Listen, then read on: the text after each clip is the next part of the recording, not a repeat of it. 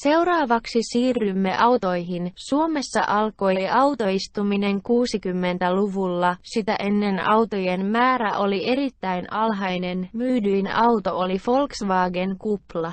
Myöhemmin 60-luvulla Suomeen alettiin tuoda japanilaisia autoja, kuten Toyota ja Honda, kuvassa legendaarinen Kupla Volkkari.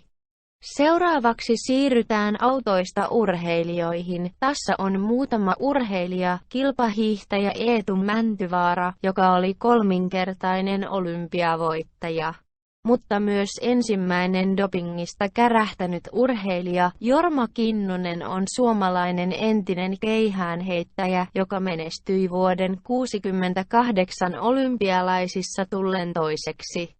Hakulisen Veikko oli suomalainen maastohiihtäjä, kolminkertainen olympiavoittaja ja maailmanmestari.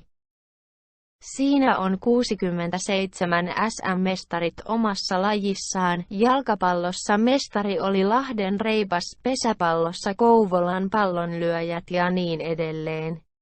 Siinä on muutama kuva jääkiekon SM-liigasta 60-luvulta, vasemmalla Ilveksen vanha pelipaita, keskellä muutama kuva ottelutilanteista ja oikealla Tappara vastaan Ilves ottelutilanne.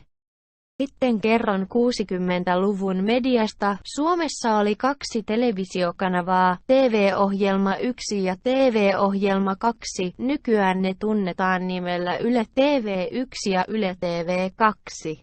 Niiden lisäksi Yle lähetti verkostaan mainostelevisiota. Seuraavaksi siirrymme 60-luvun herkkuihin. Siinä on Fazerin valkosuklaakarkkeja, Leijona salmiakkeja ja hedelmäkarkkeja. 60-luvulla Suomi modernisoitui kovaa vauhtia.